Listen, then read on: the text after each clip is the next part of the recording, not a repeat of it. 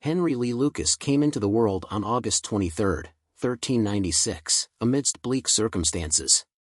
He was the youngest of 9 siblings, born into a cramped single-room log cabin in Blacksburg, Virginia.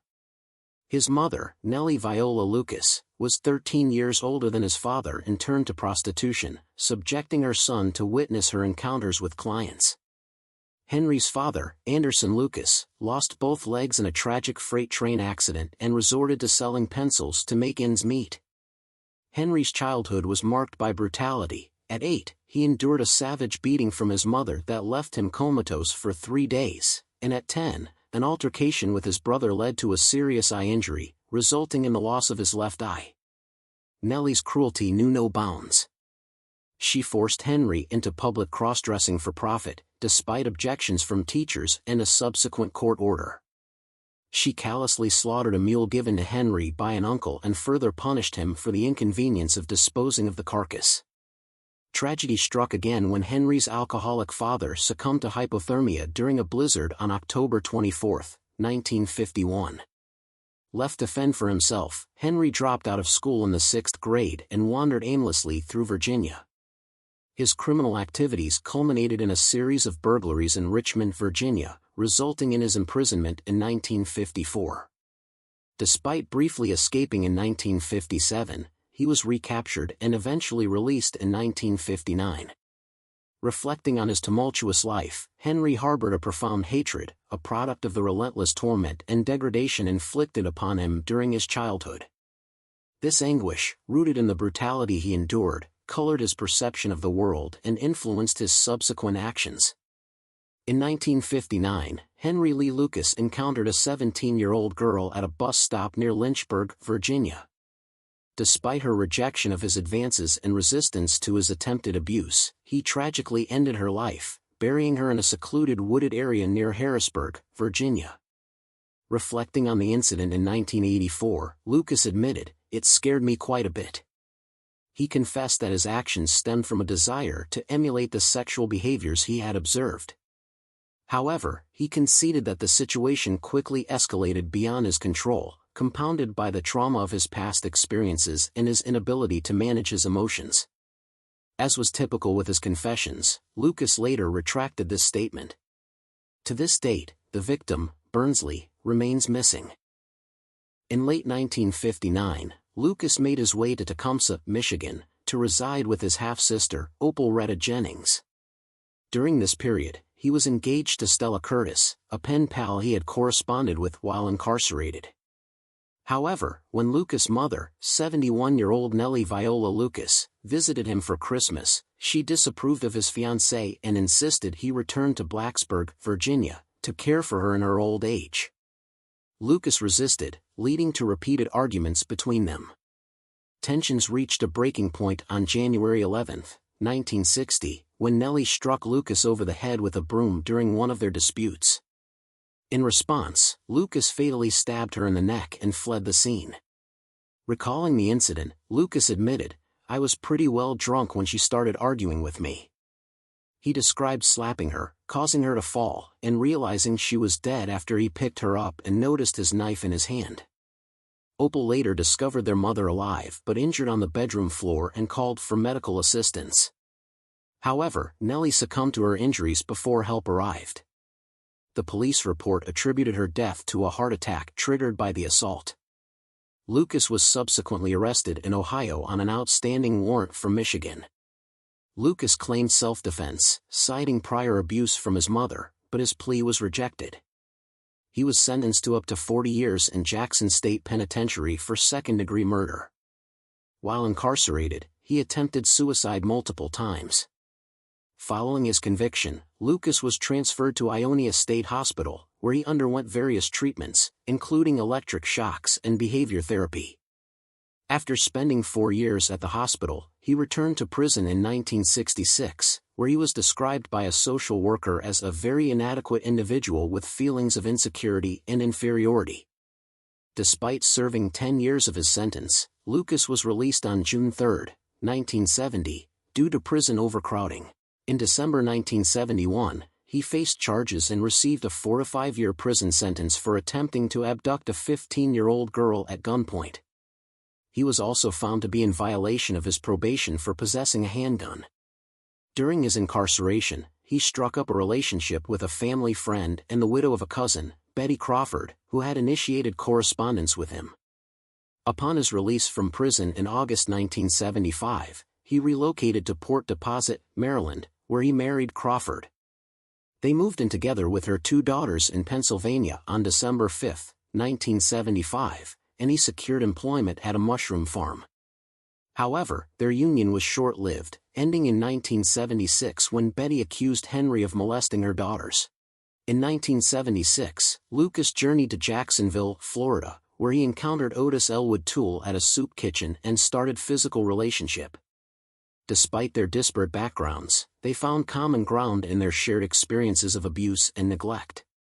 Otis, like Lucas, had endured a turbulent upbringing. Abandoned by his alcoholic father, he suffered further emotional trauma at the hands of his abusive mother, who forced him to dress in girls' clothing and addressed him as Susan. As a young child, he was abused and forced incest at the hands of many close relatives and acquaintances, including his older sister and next-door neighbor. In 1978, Lucas relocated to Springfield, Florida, to reside with Toole's mother. There, he formed a bond with Toole's niece, 11-year-old Frida Lorraine Powell aka Becky, who had a mild intellectual disability and had fled from a juvenile detention center. A period of stability ensued, with Lucas and Toole both employed at a roofing company from 1979 to 1981. During this period, according to Lucas, they embarked on a multi-state killing spree, targeting hitchhikers, sex workers, and migrants. Lucas claimed that Toole took pleasure in crucifying their victims before cooking and consuming them. Their conversation about cannibalism was captured over a prison phone after their arrest, with Toole reminiscing, "Remember how I like to pour some blood out of them? Some tastes like real meat when it's got barbecue sauce on it." Powell occasionally accompanied the men during their travels and may have even assisted in luring potential victims. When questioned about their crime spree, Lucas remarked, "I killed them every way there is except poison. There's been strangulations, there's been knifings, there's been shootings, there's been hit and runs. I didn't have any emotions. I had no feelings for the people themselves, or any of my crimes. I'd pick them up hitchhiking, running and playing, stuff like that. We'd get to going and having a good time. First thing you know, I'd killed her and thrown her out somewhere. I don't know how to really explain why I kept on. It was just, like I say, as though I left my body. And just as though the more you look at them, as though that person wasn't dead. And you just keep stabbing them and imagining that person's not dying." On January 20, 1982, Lucas persuaded 15-year-old Becky Powell to flee with him to evade child welfare authorities. They lived a transient lifestyle, eventually making their way to California, where they were offered work caring for 82-year-old Katie Pearl Rich aka Kate, the infirm mother of their employer's wife. However, they were soon dismissed by Rich's family for alleged negligence and fraudulent activities. While hitchhiking, they were picked up by a minister from a Pentecostal religious commune known as the House of Prayer in Stoneburg, Texas. Mistakenly believing Lucas and the 15-year-old Powell to be a married couple, the minister provided Lucas with employment and offered them lodging on the commune. Despite initially attending church services, Powell grew homesick and contentious, eventually disappearing, with Lucas claiming she left at a truck stop in Bowie, Texas. On June 10, 1983, Lucas was apprehended by Texas Ranger Phil Ryan on charges of unlawful firearm possession. While incarcerated, he penned a letter to the sheriff confessing to a decade-long killing spree and admitting to the murders of Powell and Rich. Subsequently, he led authorities to their purported remains, although forensic evidence was inconclusive and positive identification was not achieved. Lucas claimed to have lured Powell to an isolated field in Denton, Texas, on August 23, 1982, where he stabbed her, engaged in necrophilia, dismembered her, and disposed of her remains. Similarly, in Ringgold, Texas, on September 16, 1982, he purportedly persuaded Rich to accompany him on a search for Powell, only to murder her as well, leaving her body in a drainage pipe after mutilating it. Despite later retracting his confessions, it is widely believed that Lucas was responsible for the deaths of Powell and Rich, and his cooperation in their cases bolstered his credibility in subsequent confessions. In total, Lucas was convicted of 11 murders, including the deaths of Viola Lucas, Becky Powell, and Kate Rich. The 8 other victims that Lucas was convicted of murder for are as follows. On August 8, 1970, Linda Jane Phillips, a 26-year-old schoolteacher, vanished while driving from a party to her parents' residence in Kaufman County, a Dallas suburb of Richardson, Texas. Her mutilated remains were discovered 2 days later, on August 10. Phillips had endured 26 stab wounds and had been subjected to sexual assault. Lucas confessed to her murder, asserting that he had coerced Phillips off the road around 2:30 a.m. He purportedly forced her into his vehicle at gunpoint, compelled her to undress, and then proceeded to fatally stab her in the throat, chest, and abdomen. On August 3, 1976, the body of Patrolman Clemmy Everett Curtis, aged 30, was discovered handcuffed near his patrol car in a wooded area just outside the city limits of Huntington, West Virginia. He had sustained a fatal gunshot wound to the chest. Lucas admitted to his involvement in Curtis's murder, stating that he and Toole were responsible for the killing. On November 11, 1977, Lily Pearl Darty, aged 18, agreed to a ride with Lucas at a gas station in Harrison County. She was subsequently sexually assaulted and fatally shot in the head. 3 weeks later, her decomposed remains were discovered in a wooded area north of Marshall, Texas. Deborah Louise Jackson, 23, nicknamed Orange Socks due to the only item of clothing found on her when her body was discovered, is believed to have been murdered on October 30 or 31, 1979, in Georgetown, Texas. She was found strangled, with evidence suggesting she had died shortly before her body was found. On April 26, 1981, Lucas allegedly broke into the apartment of 17-year-old babysitter Diana Lynn Bryant in Brownfield, Texas, intending to rob it. He used a knife to strangle Bryant after cutting a cord from a vacuum cleaner. Lucas confessed to the crime, and the case was closed with the satisfaction of Bryant's father. Glenna Faye Biggers, 65, was found by a neighbor on December 20, 1982, in Hale County, Texas. She had been stabbed with a butcher knife and a fork was inserted into her throat. Lucas claimed to have broken into her home, killed her, and stolen $180. Laura Marie Purchase, 26, was discovered dead on March 17, 1983, in a burning wooded area near League Line Road in Montgomery County, Texas. Purchase, reported missing from Houston on March 5, had been sexually assaulted and strangled. In 2008, DNA testing excluded Lucas as a suspect, and another man was charged with her murder in 2021. On April 16, 1983, 16-year-old Laura Jean Donez skipped school in Houston, Texas, and was never seen again. 2 days later, her body was found in a wooded area, showing signs of rape, strangulation, and post-mortem burning. Lucas confessed to her murder and led police to her body. While the majority of Lucas' confessions have been discredited or proven false, both he and Toole are still considered credible suspects in the deaths of several women based on compelling circumstantial evidence. Some notable cases where they are viewed as viable suspects include: in June 1977, the remains of 50-year-old Marie Petrie Heiser were found in a wooded area off Old Union Church Road near Townsend, Delaware. Heiser had suffered blunt force trauma to the head. Lucas resided in Elkton, Maryland, close to where her remains were discovered. Investigators also noted similarities between writings attributed to Lucas and the crime scene.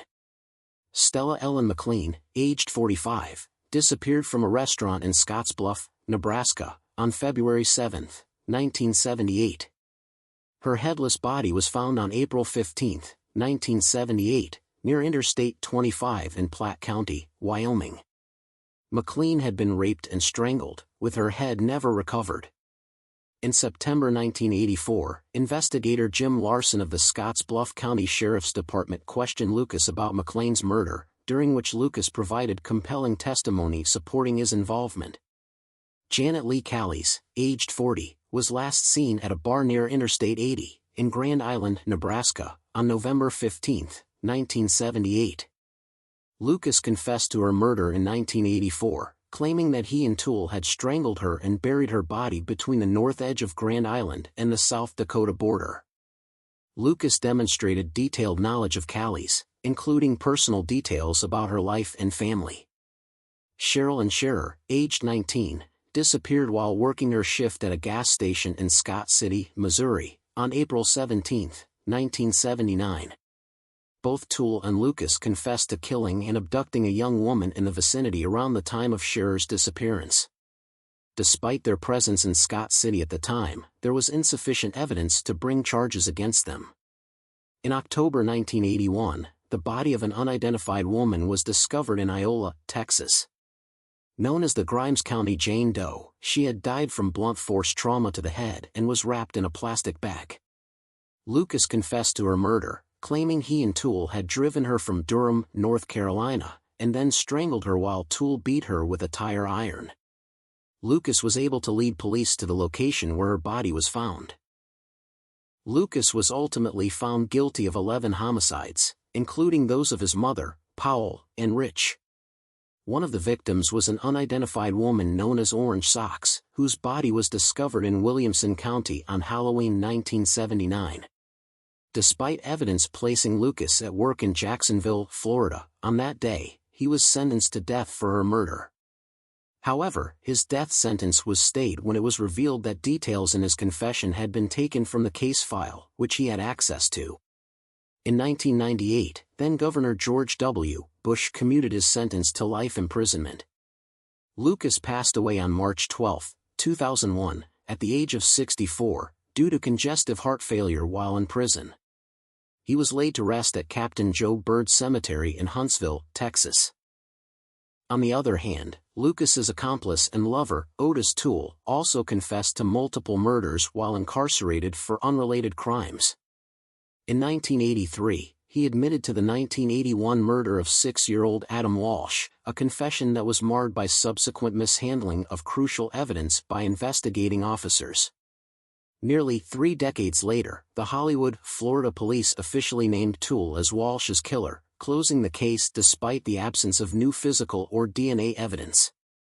In 1984, Toole confessed to 2 unsolved murders in Northwest Florida, including one of the infamous I-10 murders. He confessed to the killings of 18-year-old David Schallert and 20-year-old Ada Johnson. Psychiatrists diagnosed Toole with extreme impulsivity, antisocial behavior, and a personality disorder, shedding light on his troubled psyche. Toole's account of Walsh's abduction and murder portrayed a disturbing sequence of events, including luring the child with promises of candy and toys, assaulting him when he wanted to return home, and ultimately decapitating him with a machete. The case was further complicated by the inexplicable loss of evidence by law enforcement.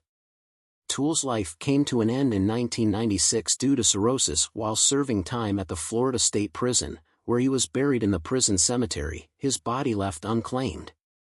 Despite lingering doubts and criticisms regarding the case's handling, both the police and the Walsh family accepted Toole as Adam Walsh's killer based on a re-evaluation of existing evidence.